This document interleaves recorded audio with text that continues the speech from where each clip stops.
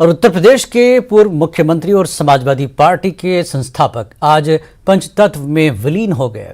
उनके बेटे और यूपी के पूर्व सीएम अखिलेश यादव ने मुख अग्नि दी। नेताजी का अंतिम संस्कार उनके आबाई गांव सैफई के मेला ग्राउंड पर हुआ। इससे पहले उनके शव को आखिरी दीदार के लिए सैफई के मेला ग्राउंड में रखा गया था। इस दौरान रक्षा मंत्री राजनाथ सिंह, योग गुरु रामदेव, छत्तीसगढ़ के मुख्यमंत्री भूपेश बघेल, मध्य प्रदेश के पूर्व सीएम कमलनाथ ने उनका अंतिम दर्शन किया। उत्तर प्रदेश के उप मुख्यमंत्री और समाजवादी पार्टी के कई पदाधिकारी इन लोगों में शामिल थे जिन्होंने आखिरी किया। रुक रुक कर बारिश होती रही।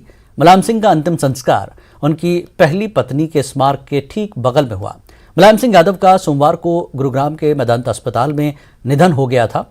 वो 82 साल के थे। उनका पार्थिव शरीर सोमवार शाम सैफई लाया गया था। उत्तर प्रदेश के मुख्यमंत्री योगी आदित्यनाथ ने सैफई पहुंचकर उन्हें श्रद्धांजलि दी थी।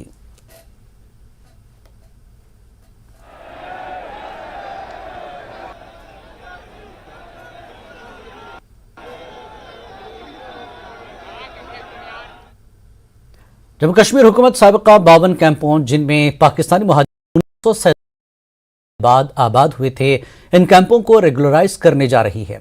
उस वक्त पनाहगुज़ीनों के लिए 52 मकामात पर खैमे वाली कॉलोनियां कायम की गई थी, जिन्हें आहिस्ता आहिस्ता दर्जन भर कॉलोनियों में तब्दील कर दिया गया था और लोगों ने खुद उनके लिए 1 या 2 कमरे बनाए थे।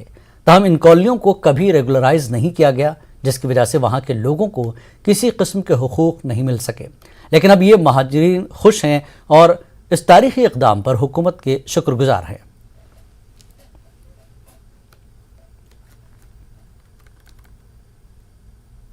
वेस्ट पाक रिफ्यूजियों को लैंड गवर्नमेंट एक और बड़ा कदम उठाने जा रही है और वो ये कि पीओजेके के जो शरणार्थी है, जो रिफ्यूजीज हैं, जो 1947 और उसके बाद यहाँ जम्मू डिवीज़न में आए हैं और तकरीबन वो 50 कॉलोनीज़ में रहते थे और जिनको फिर 12 कैंप्स में कन्वर्ट किया गया था, उनको भी लैंड राइट्स मिलने वाले हैं।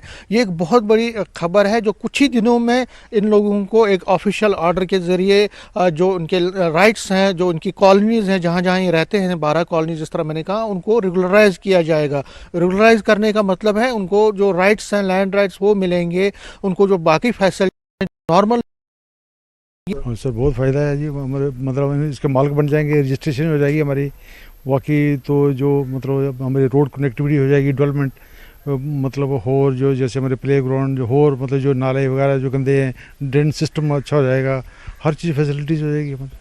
आपने कितना बर्दाश्त किया, पहले वो बताएं कि जब आपको राइट्स नहीं थे कितना मुश्किल? सर हम तो हमारे तो पेरेंट्स भी बर्दाश्त करते गए, तो हम भी बर्दाश्त कर ही रहे हैं। कोई हम ज़मीन पे कुछ कर नहीं सकते, अपनी मालकियत है नहीं है, कुछ लोन नहीं ले सकते, कुछ नहीं कर सकते मकान के लिए। ये तो इस बिना उसके ही बैठे हुए हैं ऐसे ही।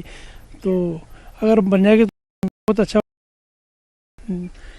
बहुत अच्छा एक जो फैसला है जो बहुत हमारे लिए बहुत अच्छा हो जाएगा।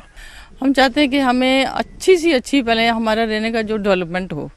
जो हमारे वाले एरिया हैं वो सबसे गंदे एरिया, वर्स्ट एरिया हैं, जिन एरियो में ये हमारे लोग रह रहे हैं। जो इधर से निकल गए वो तो अच्छे हैं, लेकिन जो इधर ही बैठे हैं वो बड़े गंदे एरिया में रह रहे हैं। आपने देखा ही होगा सड़कें दोनों ओर गंदगी के ढेर हैं। तो ये थे जो पीओजेके के रिफ्यूजीज हैं, ये कह रहे हैं कि जो डिसीजन ले रही है मोदी सरकार कि इनको लैंड राइट्स मिलने वाले हैं, ये एक बहुत हिस्टोरिकल कदम है, बहुत अच्छा कदम होने वाला है।